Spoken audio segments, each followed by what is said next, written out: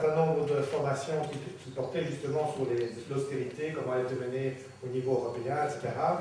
Au niveau belge, on n'a pas encore pu vraiment l'approfondir, mais il faut dire que, puisqu'il n'y a pas de gouvernement toujours, on est un peu en attente d'un plan. Je vous signale d'ailleurs, entre parenthèses, pour la petite histoire, quand même, que ce fameux gouvernement, soi-disant en affaires courantes, dépose déjà un budget, ça vous le savez probablement, mais va déposer un plan, enfin il a déjà déposé un plan en fait, en novembre dernier, au niveau européen, en disant comment est-ce qu'ils allaient appliquer la politique d'Europe 2020, et donc la nouvelle stratégie européenne actuelle pour les 10 ans qui viennent, au niveau socio-économique. Donc ils ont déjà déposé un plan. Ce plan n'est pas disponible, donc vous ne pouvez pas en connaître le contenu, moi non plus d'ailleurs. Donc il est pour l'instant secret. La seule chose que j'en ai comme intervention, c'est ce que la Commission a pensé des différents plans, c'est-à-dire pas seulement celui de la Belgique, mais tous les pays européens ont dû déposer un plan.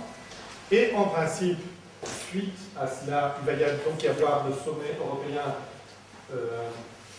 Oui, je ne peux pas malheureusement faire l'intervention et le paiement. Donc oui. Je sais pas si un basket là sur le. Et ceux qui ratent, tant pis, pas de formation.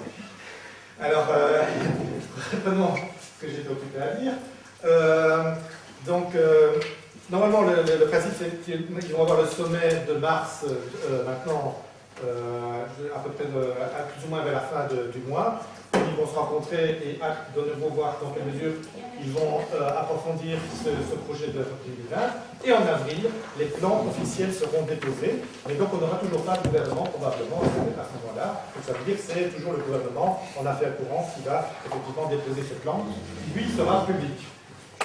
Alors ceci est sur la partie austérité. Donc on a déjà pas mal abordé. Donc maintenant, on va voir l'aspect plutôt alternatif et donc on va voir en termes, par exemple, de fiscalité, principalement, qu'est-ce qu'il est possible de faire. Et donc c'est pour ça que nous avons invité une économiste qui vient d'Attaque Liège et qui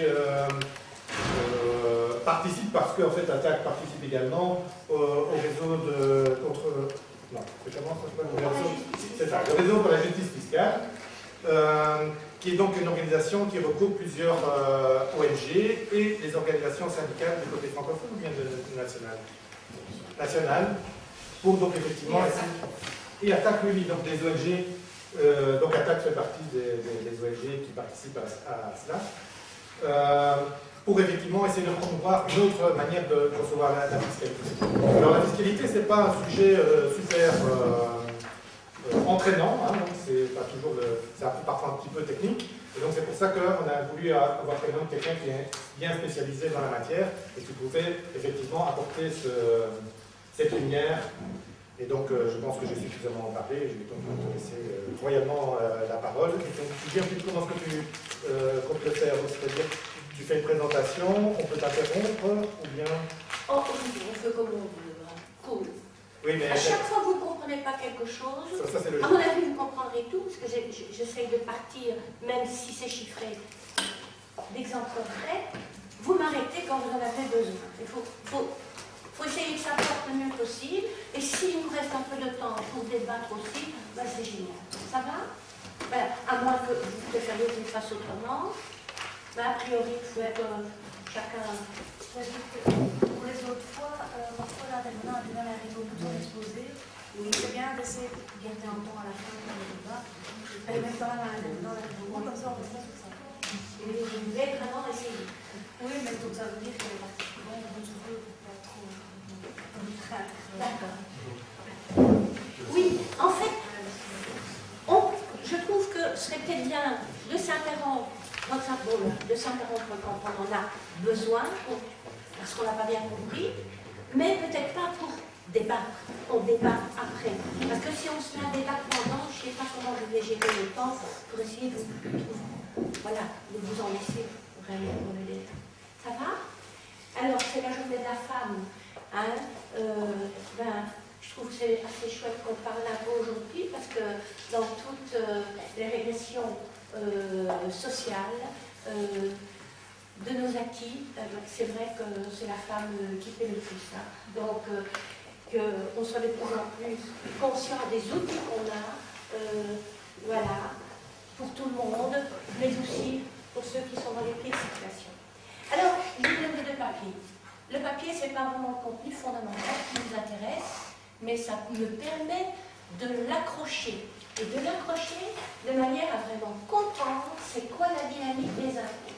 Et pas seulement des exemples d'injustice, parce que ça ne permet pas d'avoir ensuite dans le débat des vrais arguments. Il vaut mieux comprendre le système global.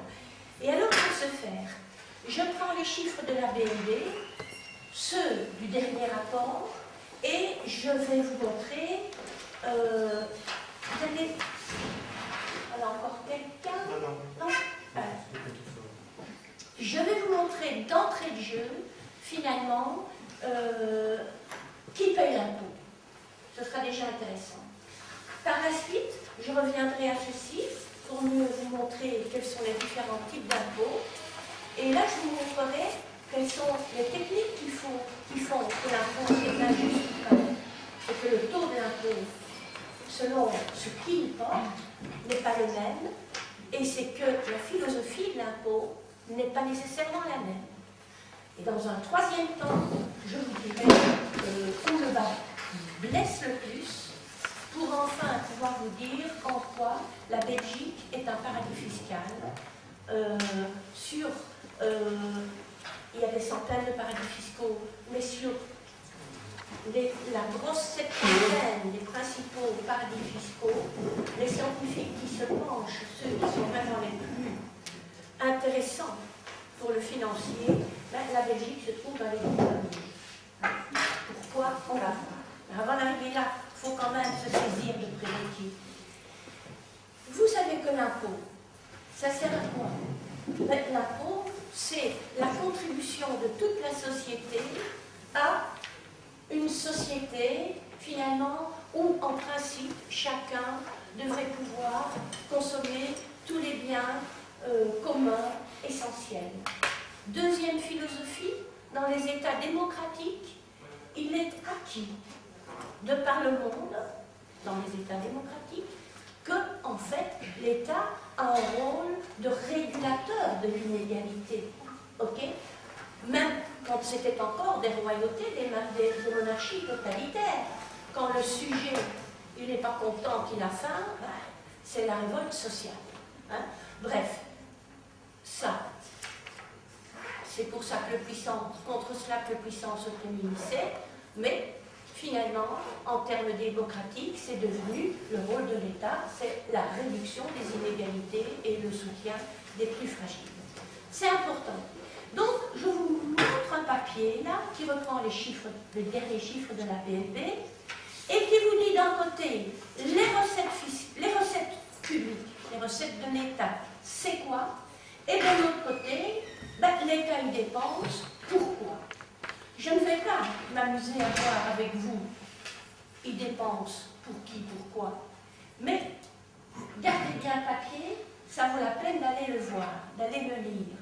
Quand je demandais à mes étudiants, citez-moi un peu, à votre avis, les 3 postes les plus coûteux pour l'État, généralement, ils disaient en premier lieu le chômage, hein, ben, sur un budget de 187 000 millions, donc de 187 milliards, vous verrez ici que le chômage, il coûte 7 milliards.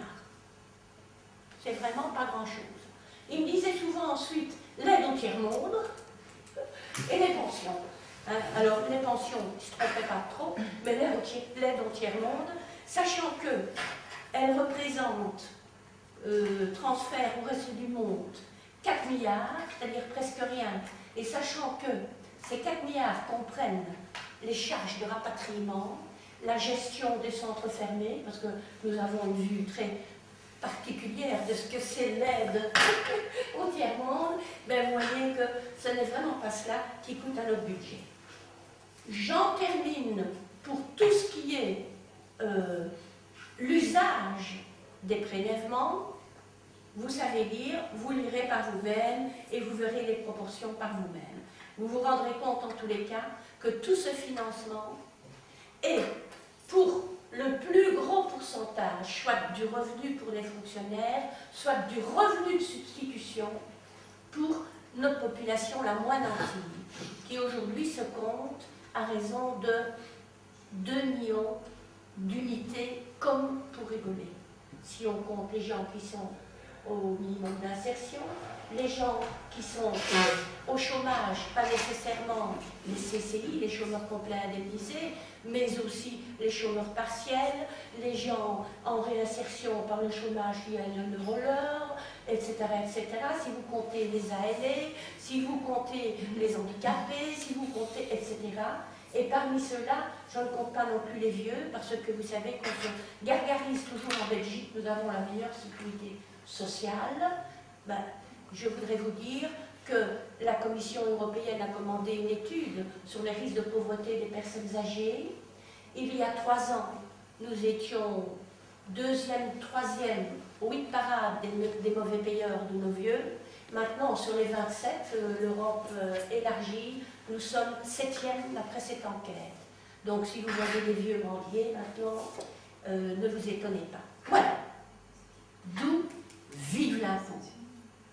Là, il n'y a pas d'impôt, ok?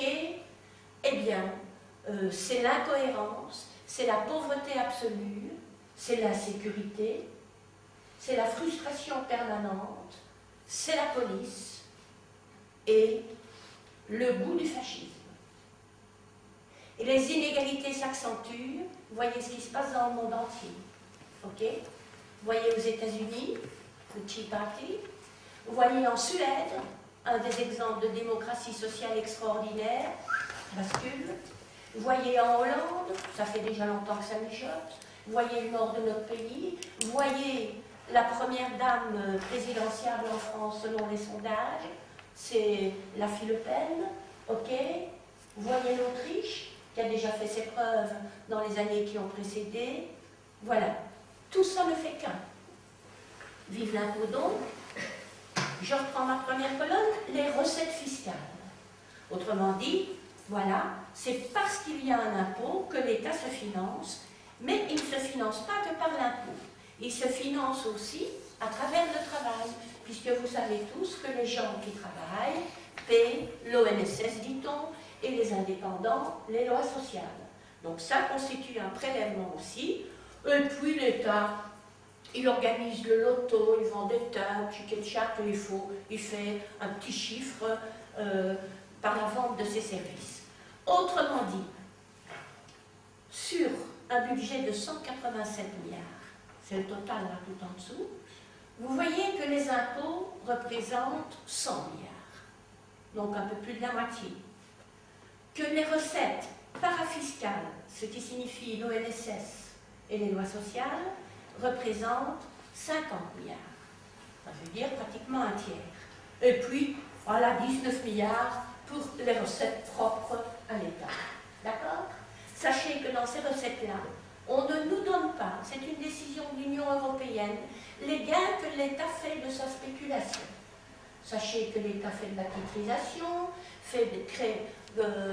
joue sur les marchés des produits dérivés, fait des swaps. Enfin, j'entre pas dans la technique, mais nos États eux-mêmes, grâce à des fonds souverains, dit-on, dans la plupart des États, donc des fonds d'État, spéculent. Ok? Bien. Maintenant, regardons les impôts, puisque c'est particulièrement notre souci d'aujourd'hui.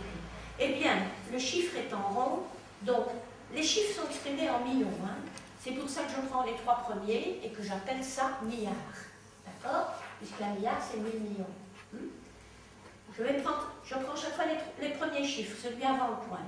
Sur 101 milliards de recettes fiscales, nous avons pratiquement 40 milliards, donc 39, d'IPP. Tout le monde sait ce que c'est l'IPP? IPP, eh ben, je vais réexpliquer, mettre de la clarté sur ça après. L'IPP, c'est l'impôt sur les personnes physiques. Ok? Les sociétés, les entreprises, Ce n'est pas des personnes physiques. Des personnes physiques, c'est des personnes en chair et en os. Quand on dit